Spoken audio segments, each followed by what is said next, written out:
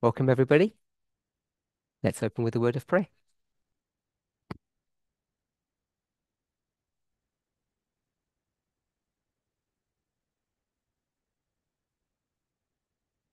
Holy God, we thank you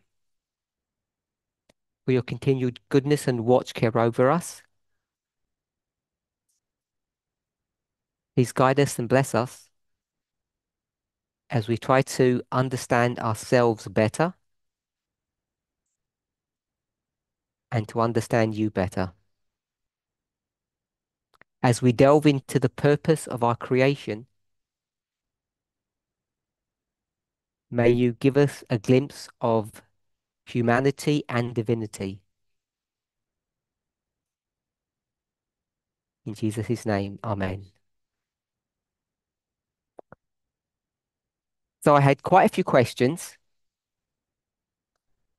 and I don't know that I can answer all of them. So I apologize for that. But I'll go through each question, and if I can't answer them all, I'll just say I don't know the answer.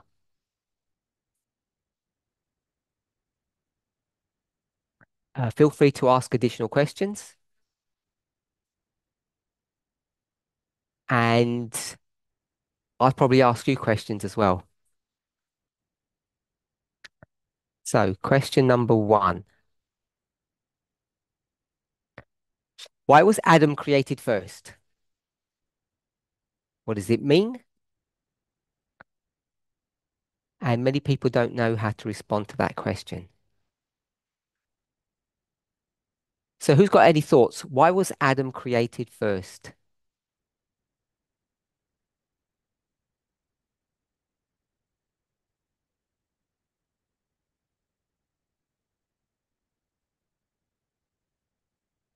You must have thought about it before.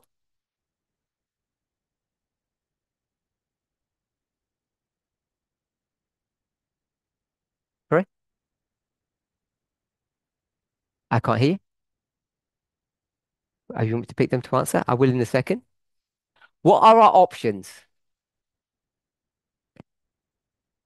Adam first? Another option? Eve first? Third option? Together They are created together. at the same time. Uh, at the same time. Mhm. So I guess the person who's asking the question, why was Adam created first? If it was the other way round, they would ask that same question. So if Eve was created first, would we ask the same question? Yeah, we should, but would we?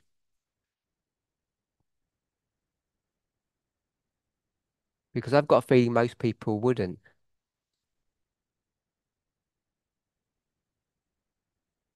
I-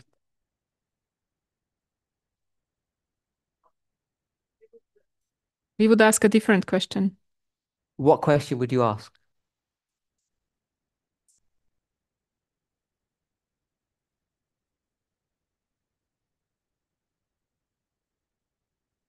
Why was he created as second?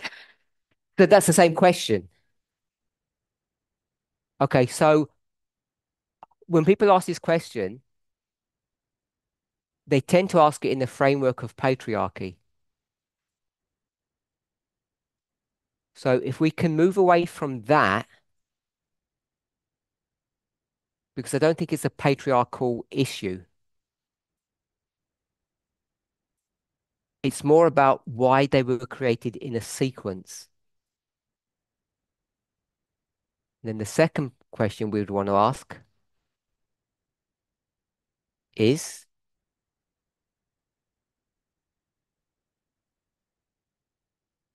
there's the order.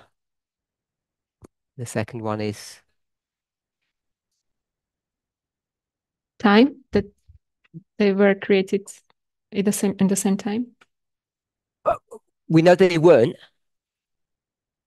So I'm going to put that question aside for a moment. If we tackle the actual creation itself, they're created in order or sequence. And the other question we would ask is, That Eve was created from his rib. so the creation is different. Adam is created from dirt or soil, and Eve is created from a part of Adam. So because we live thousands of years later in a corrupt world where men rule, where men rule, we tend to have this idea that it's not fair. But let's try to put that aside and try to wonder why God created it in this way. So if you were God, what would you have done? Try to answer that question. What would you have done?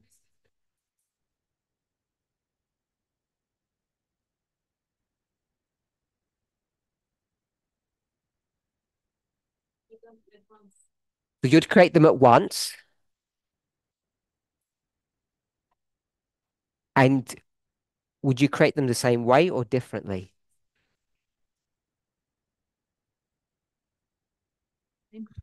Okay, so you'd create them the same way. Peter, you were saying?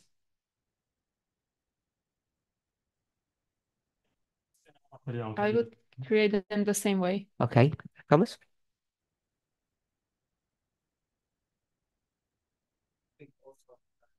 Create them from the same material, same way.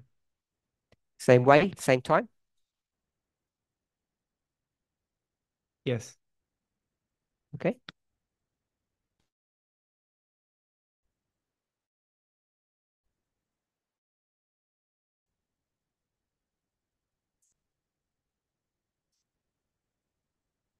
I wouldn't do it that way because it would be a double work and I would do the same work twice.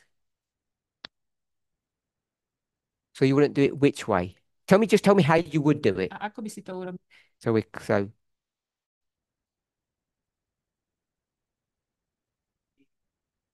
Be the same way like God? Maybe not. I don't know.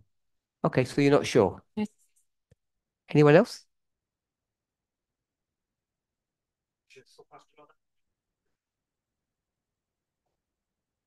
So someone who makes um, hmm, Tomáš, sochy, sculpture. Yeah? Yeah, they make it from the same material, but it has different shapes.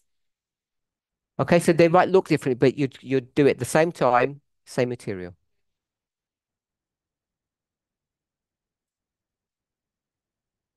Anyone else? So are we then questioning God? God did it wrong? We're saying we don't agree.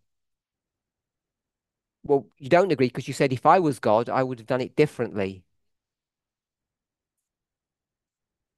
So doesn't that kind of indicate you see some fault with God's plan if you would do it differently?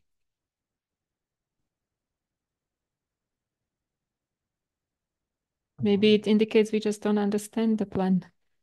Okay, so we don't understand the plan.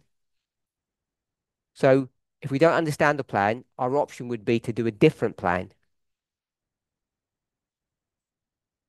as opposed to trying to understand the plan. So when we get to this stage, people get nervous and they say, I don't want to be against God. So let's try to understand why God would do it that way.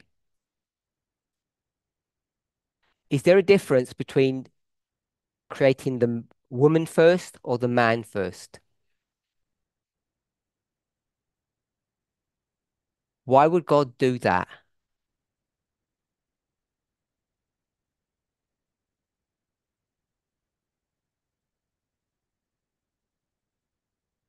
Any thoughts? Okay? So that's what, is there a difference between a man and a woman?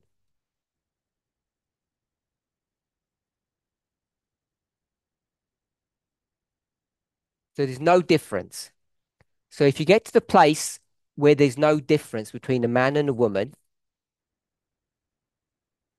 so let's begin with that.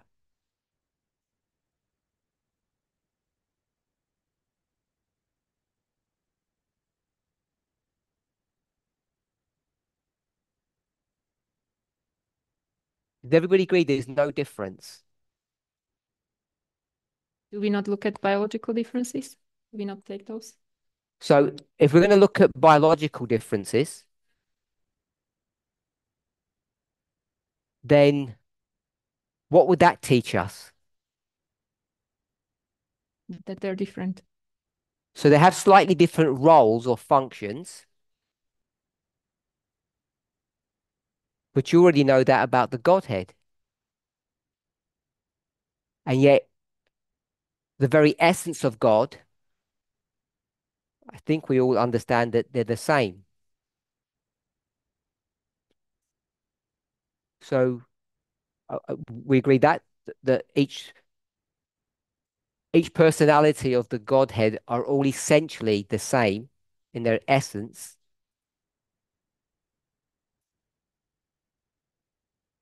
They behave differently. They have different roles. They look different. So if we take those differences as being superficial and we take the essence of divinity, do we all agree that they're the same? Yes? So if we take that and when we come to human beings, we see that they're the same. So if we can get to that place, then if we're going to create them in sequence, it wouldn't matter which way we do it, would it?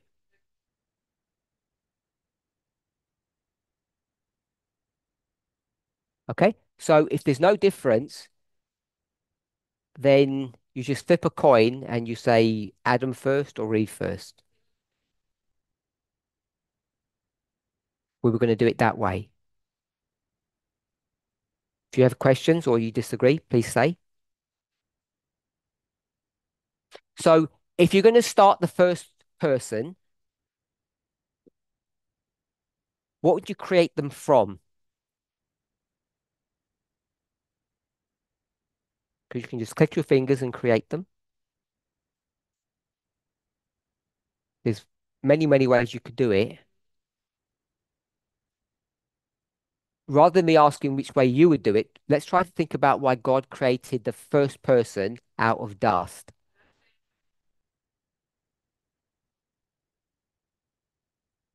What's the reason for that?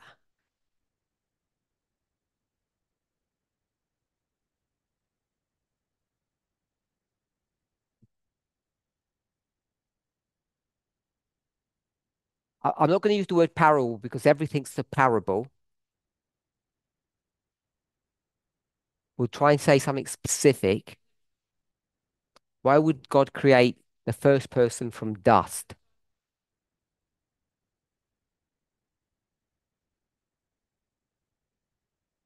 Helen?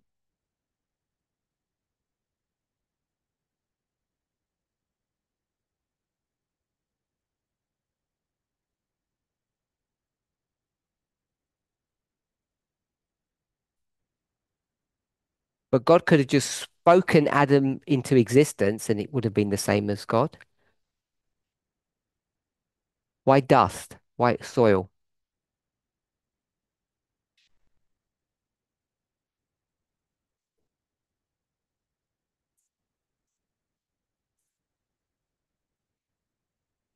So it's the reason it's dust is because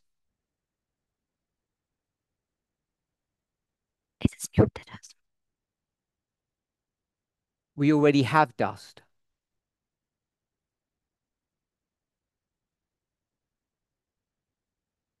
But we already have air and the sea.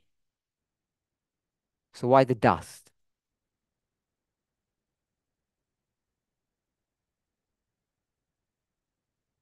You're not sure? Okay. Tamina? Just Um, because we know when a person dies, they turn back to dust. You have beginning and end. So the dust is actually the beginning, and you come back to at the end, you turn to dust again. okay.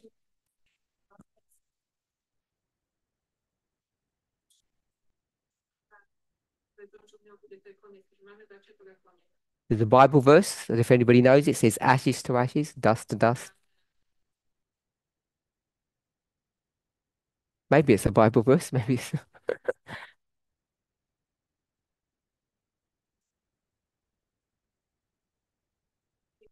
Death was not supposed to be there, so I don't think that's a good reason. okay. So there's never supposed to be any death, so it doesn't agree with Tamina. Do you have a problem with that, Tamina? Do you understand at least the logic? Okay. You have a response? Okay. So you defeated Tamina. You don't translate that? Or they already know it? Right. I don't know. So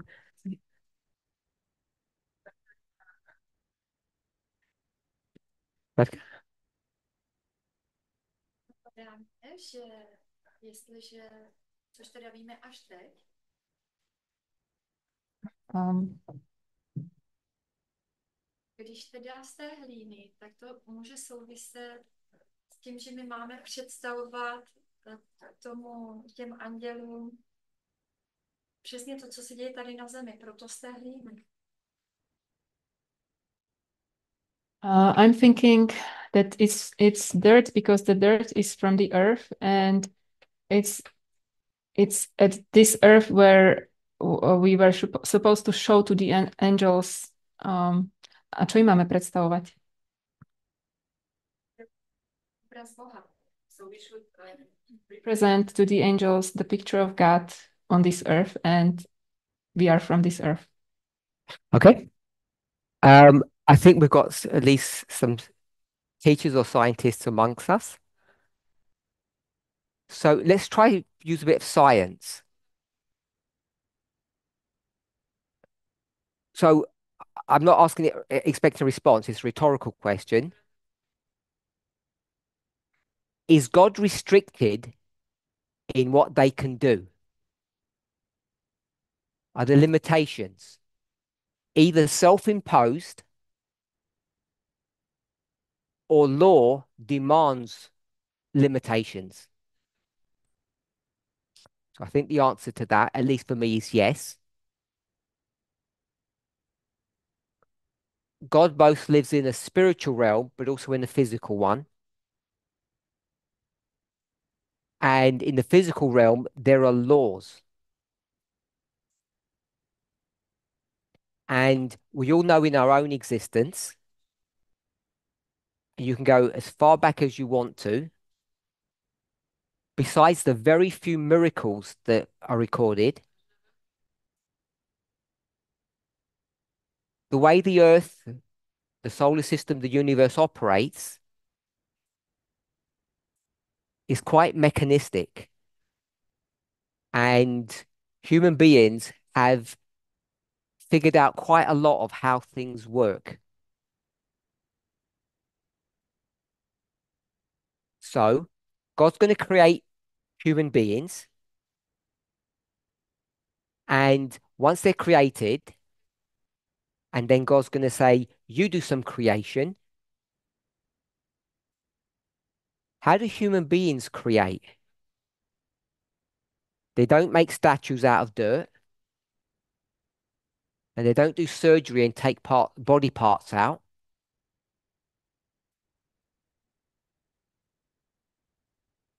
So they don't use the two mechanisms that God used, but they do create. And I think we could agree that, hopefully we agree that their creation is equally valid as God's creation was.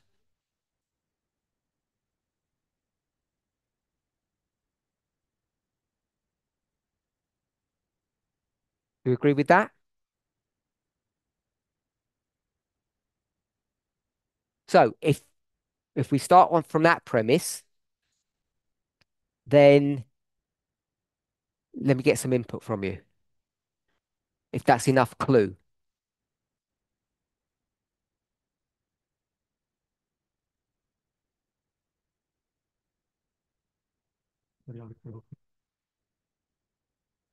Use the material that they themselves are created from. Who's they? Who's the they? A kdo jsou ty oni? You said, People use the same material that they are created from. okay, yes. From what they're doing. Sorry. I forgot. So from the creation. He said that they learn. People learn, yeah. Okay, so regardless of the learning, the point you made was when they create from what? Human beings create from what?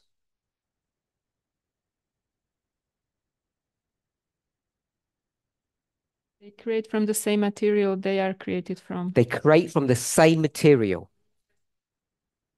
So if you were to take, we'll take the three elements of this planet: water, air, and dirt. What one are we most closely related to?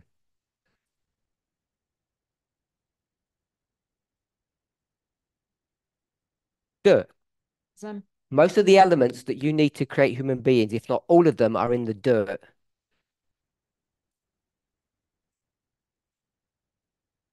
How do we, once we're created, how do we continue living? What's the mechanism for continual life? This is science, not religion.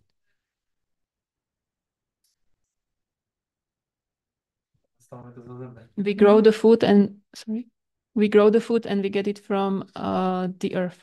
Yes, we grow food. Yes, we have to breathe and drink. That's why I said most of the elements. Yeah. But we don't actually have to drink, because if you just ate fruit, vegetables, you can get all the water that you want from them. But we do have to breathe. We do have to breathe. But what you have in the atmosphere is already in the soil anyway. We just take it out, not from the soil, but from the air. So all I'm suggesting is when God creates, God's going to have to create from something. And to keep us alive, we will have to eat food. And besides photosynthesis, that all comes from the soil. So there's a cycle, if you like. And that's why I'm suggesting that the first person is created from dust. Because we're of the same nature as dust.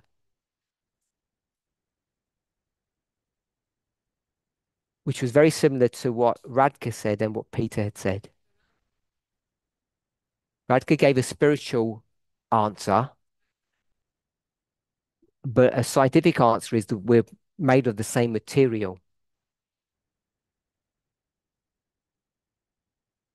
So whilst it's a supernatural creation, it's still very mechanistic. So if we've answered that question, at least to a surface satisfaction, let's move to the second one. Why create the second person differently? Because God could create that person in the same way from soil. But Peter said, when we create children from the same elements that we are. So we all have a basic understanding of cell biology and procreation.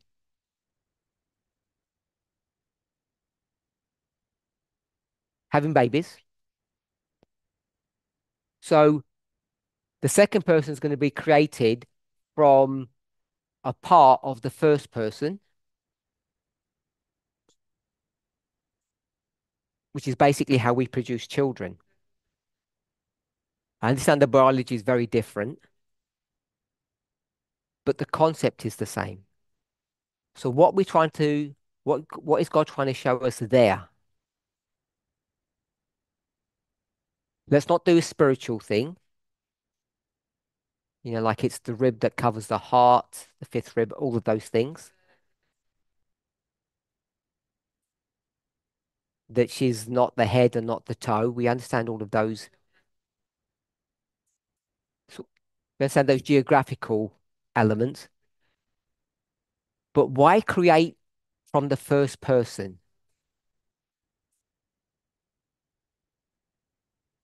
Anybody? Amina?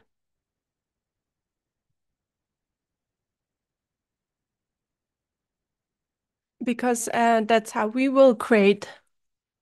We will not create from dust. We will create then from the result God made. He put air, dust, and water together, and we take that and we create from that.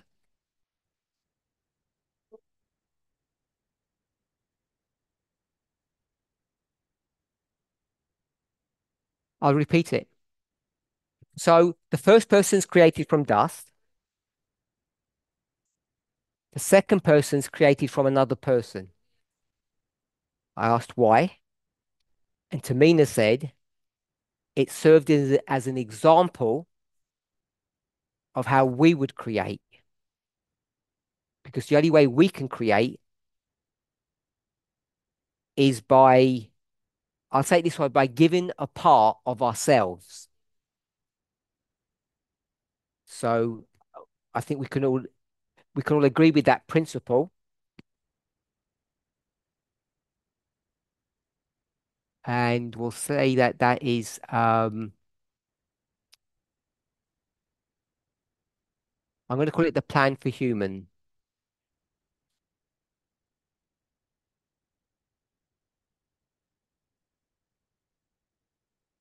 Procreation or having babies.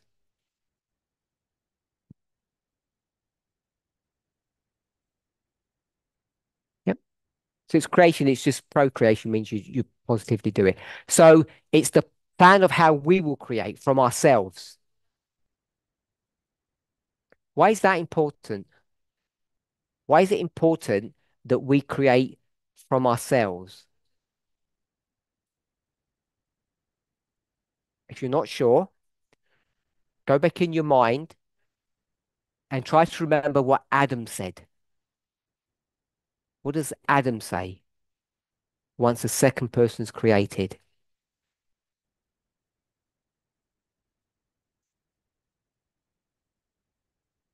This is the bone of my own bone and body of my body. So this is bone of my bone, body of my body.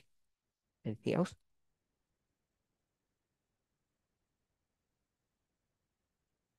The name she got was from him. Okay. So we'll put the name aside.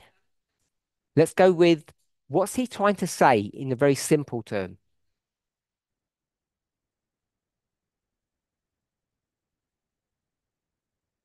They're of the same material. They're of the same material.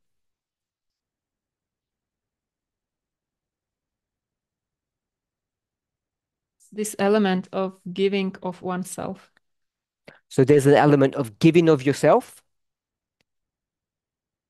There's this element of oneness because they're created from the same material. Anything else?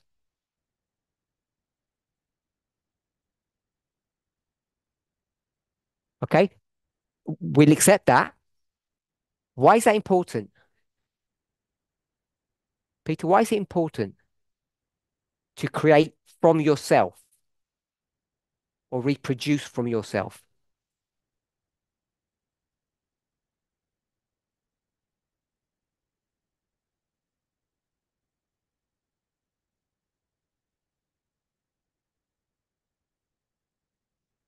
Adam or Humans. Why is it Show important that's for not all there. of us?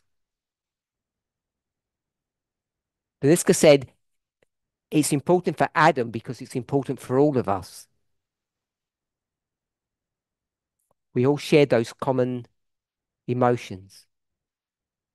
She didn't quite say all of that. She didn't exactly say that.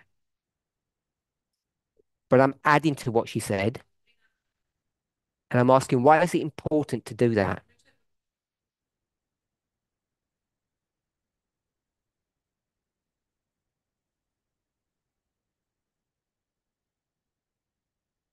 Do you have a feeling of being one with someone? So we have a feeling of being one.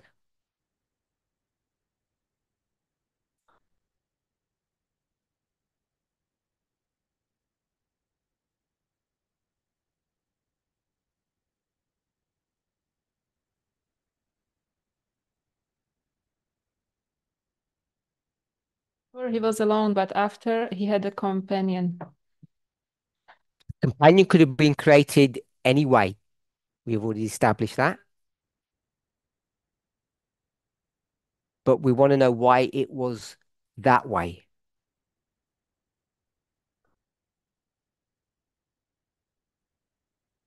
Learn from it how God works. So we learn how God works. Peter, I like that.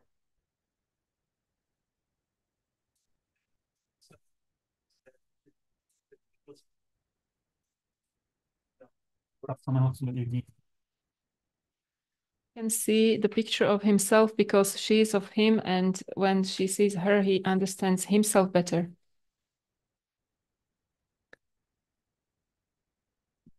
I'm going to put reflection. Is that same principle that you said? When you look at your child, you see yourself. Yeah. Okay. So I'm going to stop there on that question and let's summarize. Question was, why was Adam created first? What does it mean? So I want to suggest that the, the way the question is being asked, its framework with a negative connotation to it, I think it seems negative, is because of, we'll call it the sinful world in which we live. If we lived in a different world, say sinless one, I don't think we would have asked this question in this framework. When people ask the question and we say, I don't know the answer to that, what they're really asking is, why are men always first?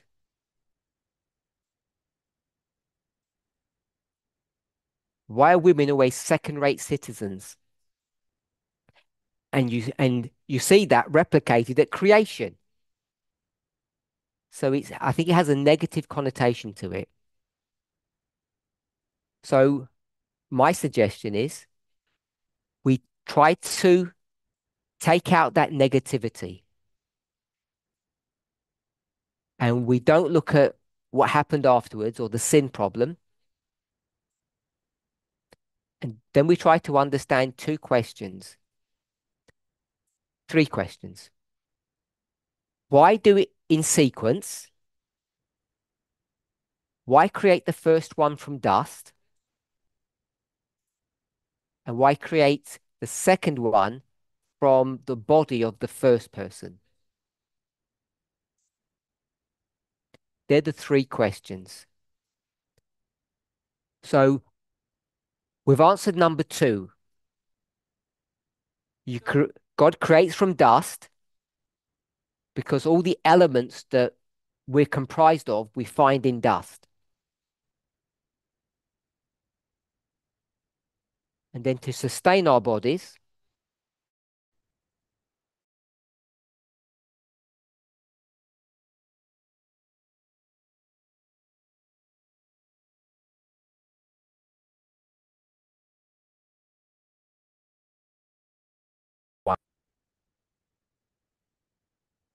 Testing. So we've at least answered that point superficially. Third one, third part of the question. Why create the second person from the first? It was to show us and to reinforce this idea of companionship, relationships,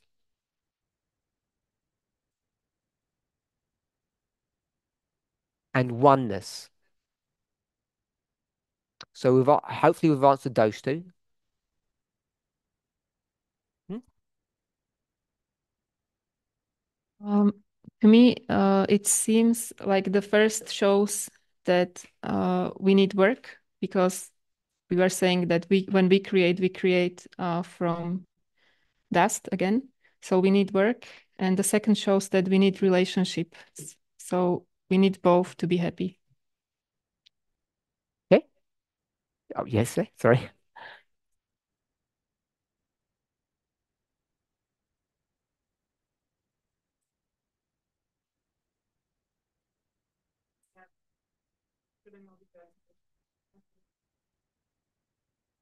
Okay, if there's no more thoughts, I'll just try to briefly tackle the first question, the first answer. What was that? I broke it down into three parts. So what was part one? Why is it done sequentially? Prečo je to robené Why not together? So, does anybody have any thoughts now?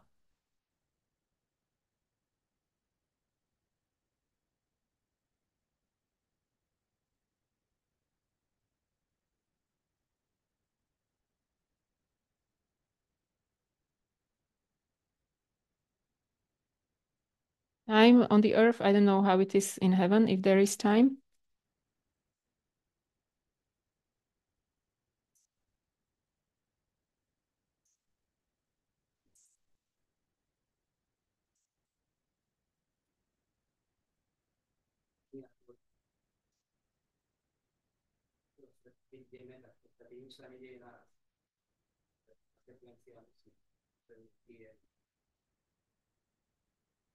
On this world, there's always a sequence in things. If we go even to the micro world, nothing happens like at the same time. There's a sequence of events happening.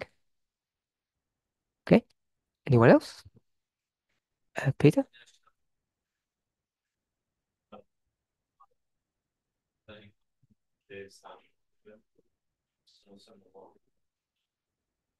Was able to experience what it means to be alone, and that taught him something. What else? Want to say something?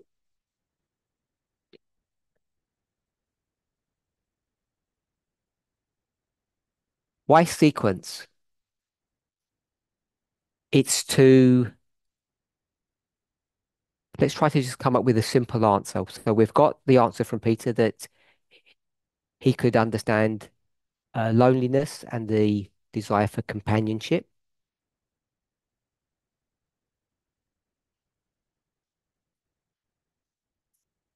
So two people had that.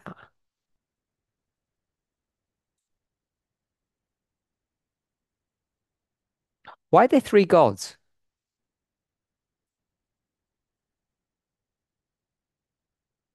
Very sensitive subject, of course. Why not one? More heads, more brains. More heads, more brains.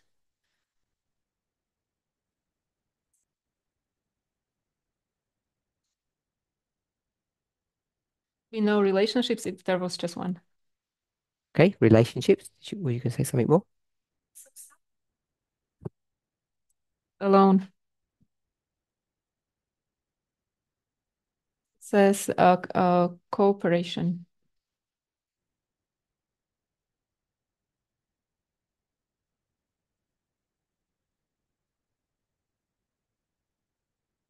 So we can stop there. I think we've answered this question of why there's a sequence. Because if they were created at the same time, in the same way, they would essentially be independent of one another. And this idea of creating the second person from the first reinforces or brings this bond of union.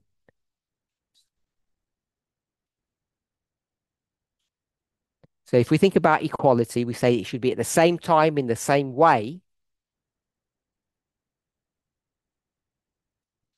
Maybe we're looking at equality in the wrong way. Okay, if there's no questions, I'll move on. Next one. We are learning about equality and have hierarchy in the movement.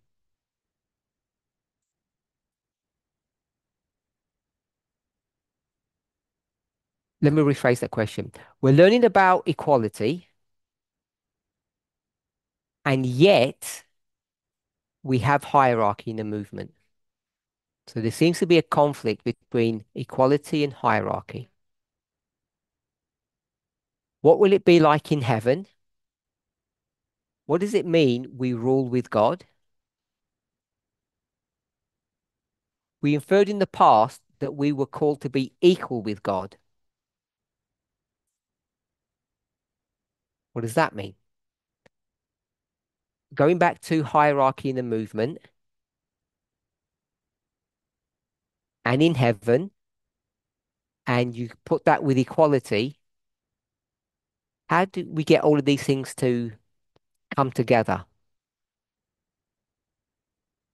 So let's try to break the questions down simply. We all learned about equality. So you've all got some idea in your mind of what equality means, what it looks like, what it feels like.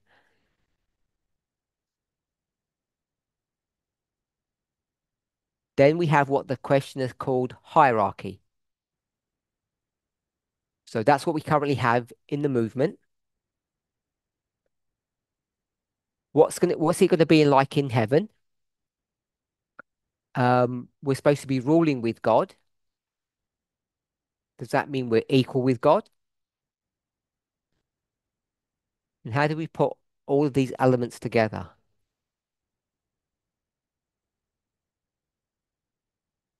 What are your thoughts?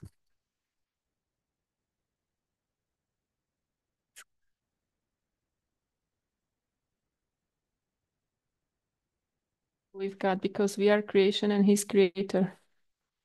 So we can't be equal with God because God's divinity and we're humanity, creator, created.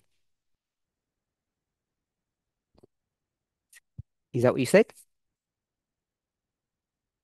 So can you ever be equal with your children? You're the creator. They're the created. Level, yes.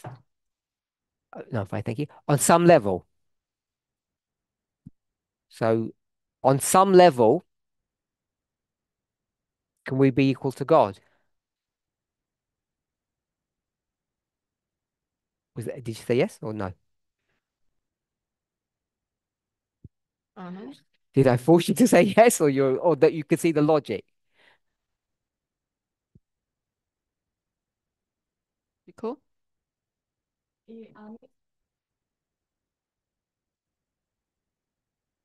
But God will always supersede us. Like He will always be bigger than us. They will always be bigger. Are you always bigger than your children? This way. I don't mean physically. I mean the same way you used bigger.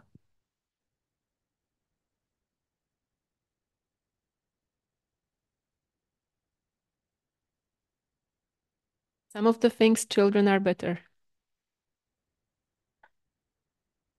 As your children grow older, so say you have a family of four, family of three, we'll make it simple. No, we'll go with four. Two children, two parents. When it starts off, what does it look like? We'll talk about the power sharing. I don't mean in a wicked world, in your perfect world. What does it look like?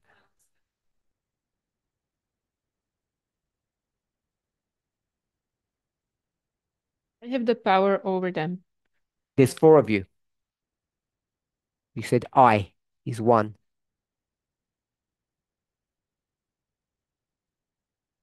I have the power over the children. So let's go with parents first. Let's look at that power relationship. How does that look?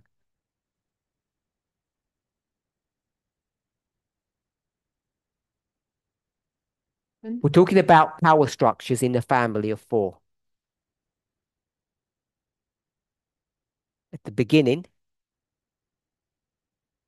you said that parents are over the children. I say, let's go with the parents first. Parent to parent.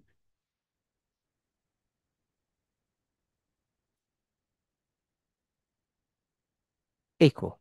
They are equal. From the very beginning. Yep. Are they different? They're not. You look different. Physically different? At least physically, well, we could show that there's more than physical differences.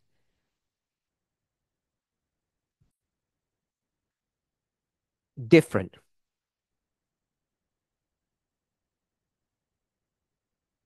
So you've got a family, you've got parents, they're equal and they're different. Going back to this question, what's the main role of the parents at the beginning?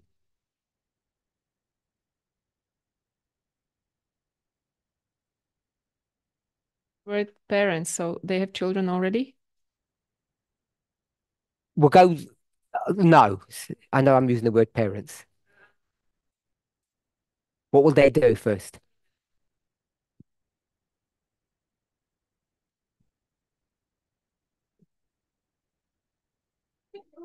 They take care of the garden, I say, in your house. No, not take care of the garden. They create. Yeah. So they're going to create. Who does that look like? Anybody? Who? Adam, who does that look like to you?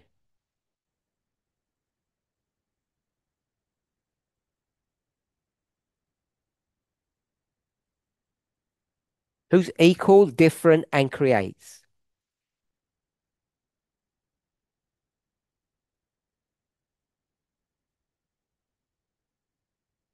Don't know?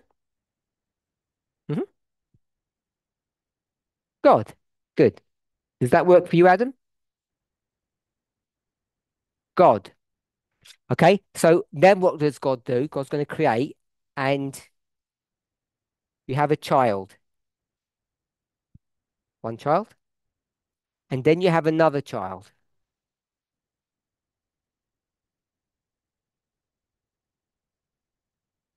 And what's the power structure there between the children?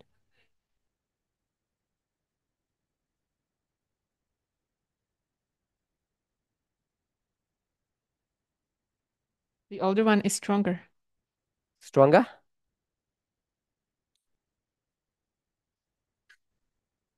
No, not stronger. What then? Are they equal?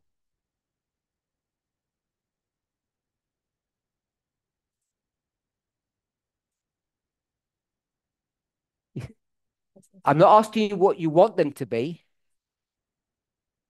I'm asking you what they are in real life.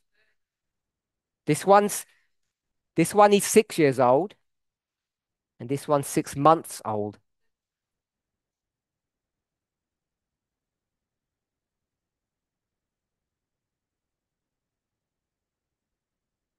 They're, they're not equal.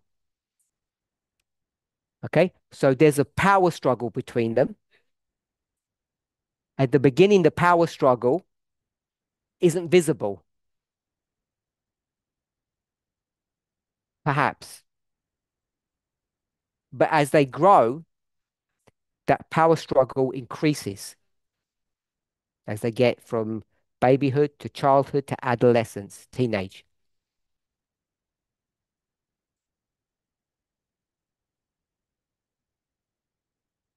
So there's a power struggle there. They're not equal.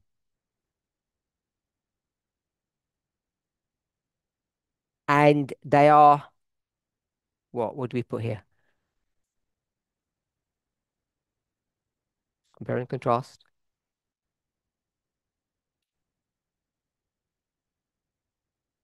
God and person. Equal, not equal. Create,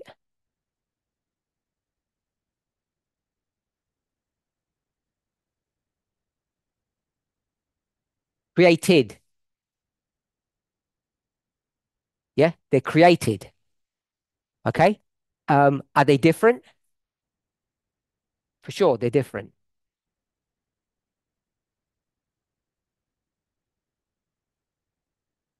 Okay, I put question mark because I said for sure, and you said yes. So I don't want this to sound patriarchal. One parent goes to work and one parent stays at home. One cooks, one doesn't cook. They they're different. The children, are they different? Oh, I'm not asking about their personalities. We're talking about the power structure of the family.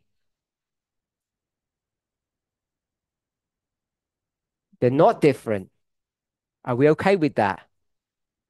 This is where we get into problems because that's a boy and that's a girl. Then if I say, are they different? They end up being different because we bring them up incorrectly. That's one. And then we go to what our friend said. There's one's not better than the other. But we all know if there's an age difference, even if they're twins, what happens between children, between siblings?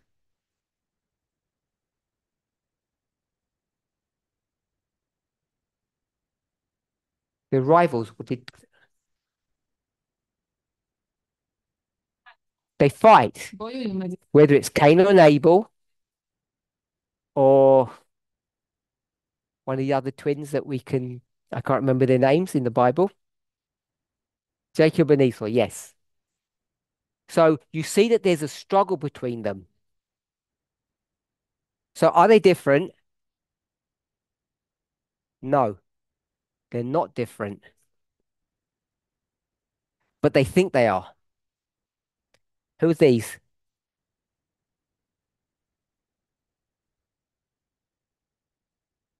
Sorry? This is the people. We the people. So if you think about that, about the power dynamics there, you'll see that this mirrors all of your experiences.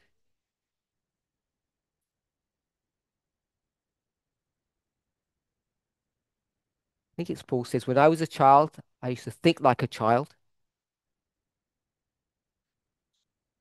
When I grew up, I started behaving like an adult. Okay, so if there's no questions on that, then let's move forward. We'll go with the human because the earthly does what? When we think about parable teaching.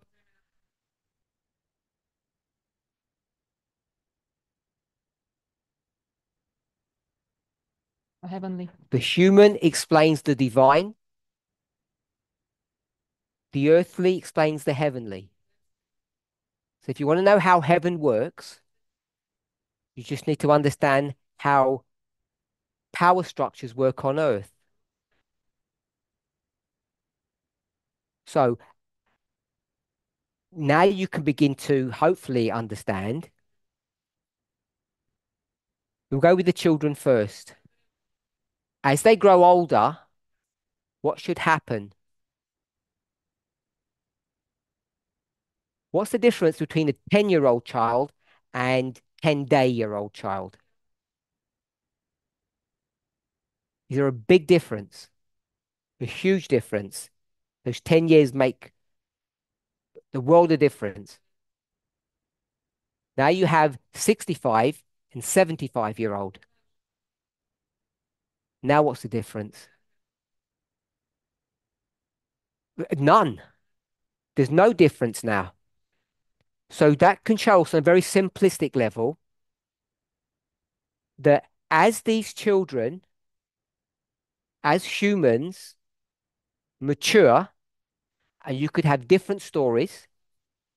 You could do Eden to Eden. You could go from mortality to immortality. You could do at the beginning of heaven and go through the millennium. Whatever story you want to talk about maturity, what do we know? You start off as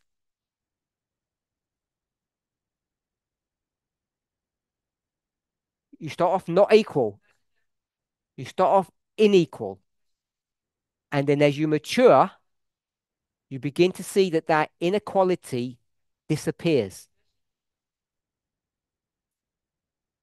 By the time you get to the end, you end up being the same. And on this planet, as Tamina said, you all end up where? In the dust. You all become equal at the end. Okay, so that's a story of human beings. You can all see that children, they all end up at the very end being equal. The parents were always equal. So there's no change there. So now let's look at what? We looked at these two on their own, these two on their own, and now we're going to look at together. Because that's what the question was. What does it mean that we will rule with God? So don't think about your family. Do not think about your family. Do not think about the families that you know of. But think about a good family or the ideal family, how you would imagine it should operate. How should these four people interact with one another? We'll say at the end, which means at maturity. We already know that these are supposed to be the same and these are the same. What should your relationship with your children look like? We'll say when they turn 40 and you're 70, say. What should your relationship be then?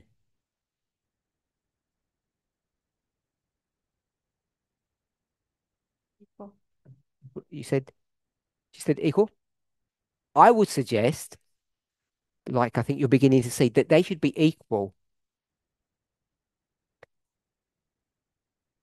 If we agree that they should be equal, and I think you'd probably all agree, even if not in your family, in the families that you know that they're not equal, who's the one that's at fault? When you look around or in your experience, every single one of you are all children of somebody. So some of you are minors, but all the adults here, you've all experienced this power struggle with your parents. And when you came to adulthood, I think you're all nearly 40, if not over. and your parents were old or aged, what would you have expected? What would you have thought would be the right thing? Would you think it would be right to wait till your parents can't clean their own bottom? They can't get out of bed and they need you. Do you think it should get to that stage before you are equal? That their minds don't work well, and now you have to take control of their money. Do you think you have to wait that long before you can share power with them? Ask yourself how you feel or felt when your parents still treated you like a child. I don't mean when you were 18. I mean when you were, 30, 40, a real adult. So you don't have to give a testimony. You don't have to give a testimony unless you want to. But it explains this scenario I'm suggesting. I want to suggest most parents don't give up their power when you get to the end, when everyone's an adult. They still want to control their children. They're more powerful than their children. They don't trust their children. Whatever dynamic you want to think of, they want to hold on to power. And you know that most of the time, they're not actually capable of holding on to that power and exercising it. But they still do. So for me, when we talk about what does it mean to be equal with God or ruling with God, it's about this power sharing. We know that the parents are different. We know that children have different personalities, but they're not different.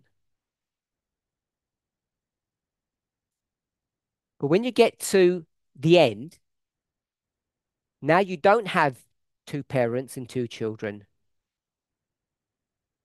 What do you have? Yes, exactly that. You have four adults. Each one is slightly different. Some have strengths and some have weaknesses. And without being blasphemous, I think that's what it means about ruling with God. Without being blasphemous, which means saying something bad about God. When it talks about ruling, I think we get to a place where four adults, two gods and two humans, come together and they share power together. And it's not about us taking God's job or being as clever as God. It's about God realizing that it's now time to share their power and their authority. Not like human parents because they're too old and frail,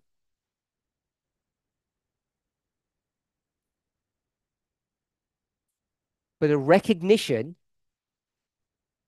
that their created beings have now come of age,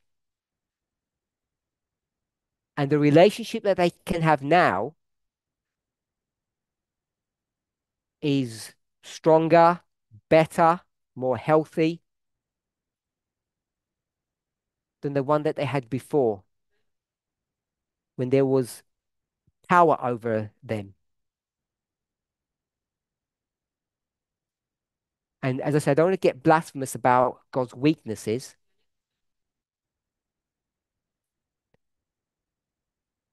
I didn't find the Ellen White quote, but she says one of the greatest mistakes that parents make when they get elderly is to release authority and power to their children.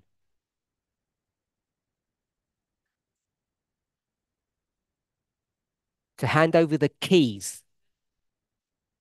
They still want to hold on to that.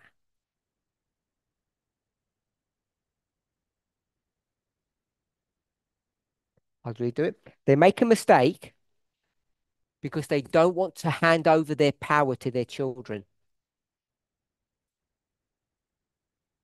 So I said it in the form of a key. They have the keys and they don't want to give the keys to the children. And God's willing to do that. God's willing to power share with us. Because it's good for whom?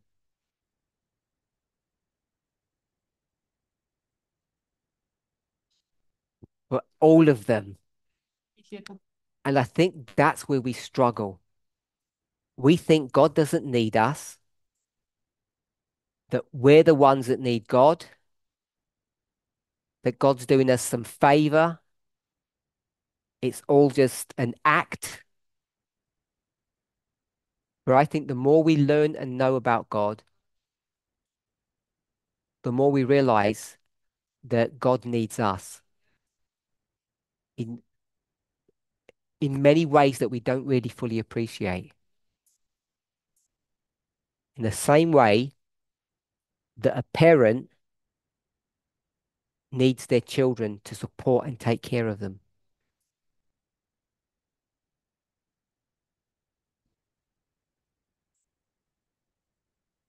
All of us have many friends. You have the term blood is thicker than water.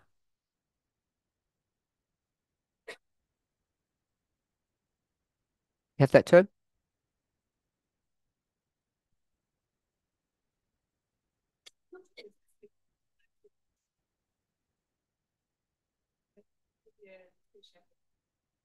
There's a special bond between the couple and the parents to the children.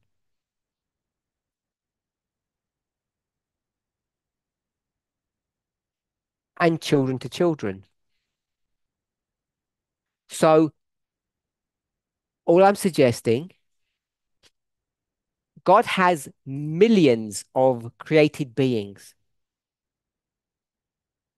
surrounded by beings that are more majestic and beautiful than maybe we would ever be. I don't know.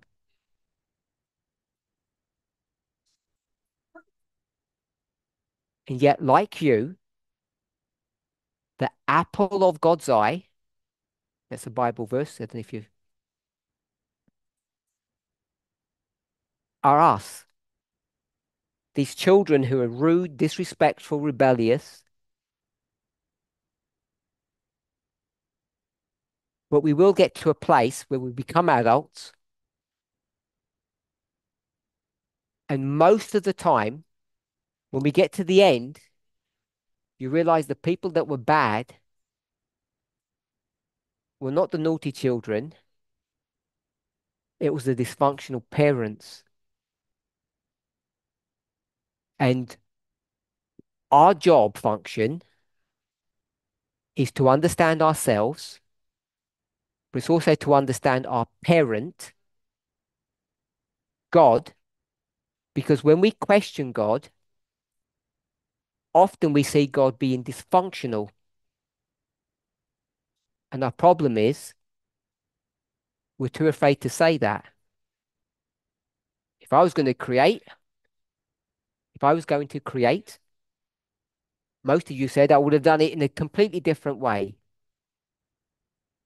And so our work is to deconstruct God's behavior like it is exactly with our parents. And when we see our parents' dysfunctionality, I think our goal is to realize the lack of dysfunctionality when we view God. Or we see God's perfection, basically. And it's not that easy to see.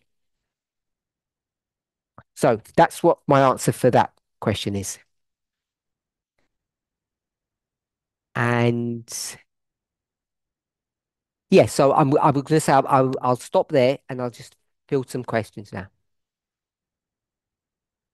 You said it is hard to see God as not dysfunctional. Is it because of our own dysfunctional experiences within the family? Is that why we see God in that way? Čiže moja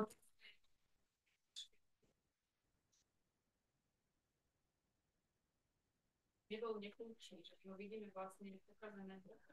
Ja to pýtam, či je to preto, lebo vlastne sami akože máme skúsenosti pokazaných nefunkčných vzťahov našich rodinách.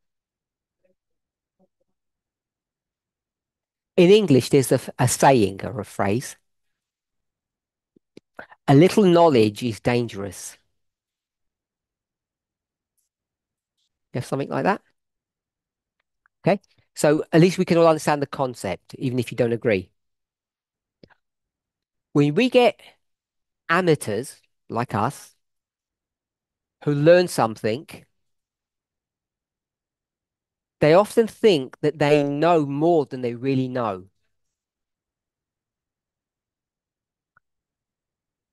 So I'm going to use that. I think it's a principle about this question. So I asked, if you were going to create, how would you do it? Most of you said I wouldn't do it this way. This way's silly. Doesn't make any sense. It's not even righteous. And you're basing all of that on your understanding of stuff, whatever the thing is. And I'm saying the reason you view it that way is because you think you're an expert now, because you've read a book or heard a sermon on equality. So now we're all the resident experts on equality. We look at God and we see God is failing on the test of equality. And that's why we see dysfunctionality. And so our job is to learn more about equality, not to keep silent or to be quiet. And I think the more we learn about equality, we see that God's actions and our views of God and their actions will end up getting to a place where they join together and they're in unity. So we did a little exercise this morning. We looked at how God creates, and hopefully we saw some sense behind it. Then we looked at another subject related but different. We didn't look at all the issues about equality. We ended up focusing on one part, which is how about ruling with God? It doesn't make any sense. And then how can we be equal to God? So we gave a little example here to at least begin to open up a thought process that this plan that we have, the plan that we've been given by God, because we didn't make this up. These are all inspired statements. And I think people say, maybe we don't understand what they mean because we think we have an idea of what equality means. So hopefully, in these two really good questions and the simple answers that we've come to, or conclusions, that we can see that what appears to be dysfunctionality or crazy behavior, like how can we rule with God? God's too big and we're too small. We begin to get into the mind of God. So that's how I'd answer that question. What appears dysfunctional is based upon our misunderstanding because we've got a little bit of knowledge, and the Solomon would say, not much wisdom. And the more wisdom we can get, hopefully using rules, things that didn't make sense, if they don't make sense now, at least they seem more reasonable. Even though we haven't fully defined how can we rule with God, you can see the reasonableness of it because we all have experienced the bad behavior of our parents, how we have wanted to get close to them in adulthood, and they still treat us like we're 10, and how hurtful and damaging that is. And so, if we can understand that, the failure of our parents, the failure of our parents, and the success of God's plan, I think we can answer that question about dysfunctionality. And it helps us to understand better what equality looks like and how hierarchy works. Let's close with prayer.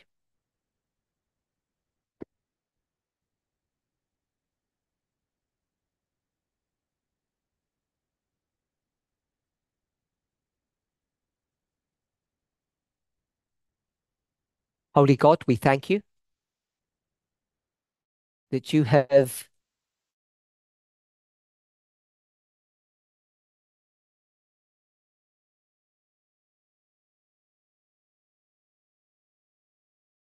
better about my weakness and your strength, my foolishness and your wisdom. And yet, as I understand you better and myself better, I begin to see a way forward, that you have a plan to let me come closer to you. I look forward to that time. I look forward to the experience that I'm having now and understanding you better and getting closer to you. I pray this experience for each of us. In Jesus' name. Amen.